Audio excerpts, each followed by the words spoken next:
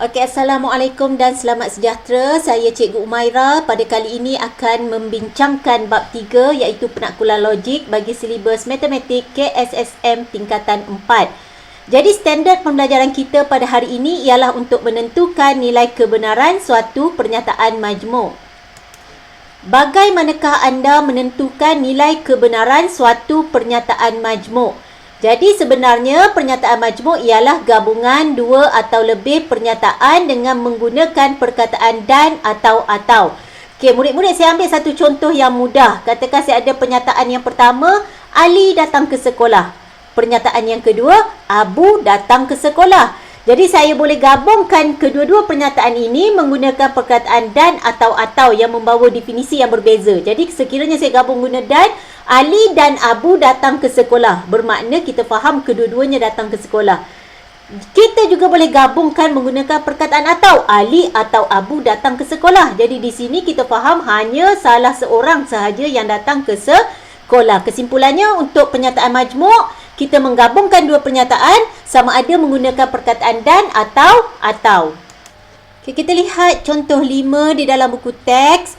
Gabungkan pernyataan P dan Q berikut dengan menggunakan perkataan yang pertama dan yang kedua atau. Jadi kita lihat A terlebih dahulu, diberi P, pentagon mempunyai 2 perpenjuru dan pernyataan Q, heptagon mempunyai 4 perpenjuru. Okey, jadi untuk selesaikan yang pertama untuk A, kita secara umumnya kita akan tulis P dan Q. Jadi di sini murid-murid salin sahaja pernyataan P. Pentagon mempunyai 2 perpenjuru dan kita letakkan dan kita salin pernyataan Q. Heptagon mempunyai 4 perpenjuru. Jadi kita dah dapat yang pertama menggunakan perkataan dan. Yang kedua sekiranya atau. Okey, jadi kita akan tulis dalam bentuk P atau Q. Jadi di sini kita akan dapat pentagon mempunyai 2 perpenjuru atau heptagon mempunyai 4 perpenjuru. Jadi kita ulang ayat kerana kedua-duanya tentang perkara yang berbeza. Okey, kita lihat pula contoh B. Piramid mempunyai 5 satah.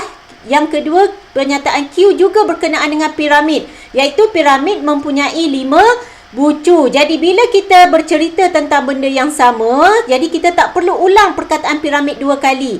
Jadi untuk gabungkan menggunakan perkataan dan, piramid mempunyai 5 satah dan 5 bucu. Kita tak perlu ulang ayat Q iaitu piramid mempunyai 5 bucu juga di sini kerana kedua-duanya bercerita tentang benda yang sama. Okey, begitu juga sekiranya kita ingin gabungkan menggunakan atau. Okey, jawapannya piramid mempunyai 5 satah atau 5 bucu. Murid-murid tak perlu ulang lagi di sini perkataan piramid kerana kedua-duanya menceritakan tentang piramid. Jadi kita letakkan ciri-ciri ayat sahaja. Jadi sekian contoh 5. Okey, kita lihat pula contoh 6. Tentukan dua pernyataan P dan Q daripada ayat majmuk di bawah. Okey, kita bincangkan A terlebih dahulu. 5 tambah 3 lebih besar daripada 5 dan 5 tolak 3 lebih kecil daripada 5. Okey, jadi di sini bagaimana untuk kita kenal pasti? Cikgu beri tekniknya, kita gariskan perkataan dan. Okey, ayat sebelum perkataan dan, okey, saya letak dalam kurungan, itu adalah ayat P.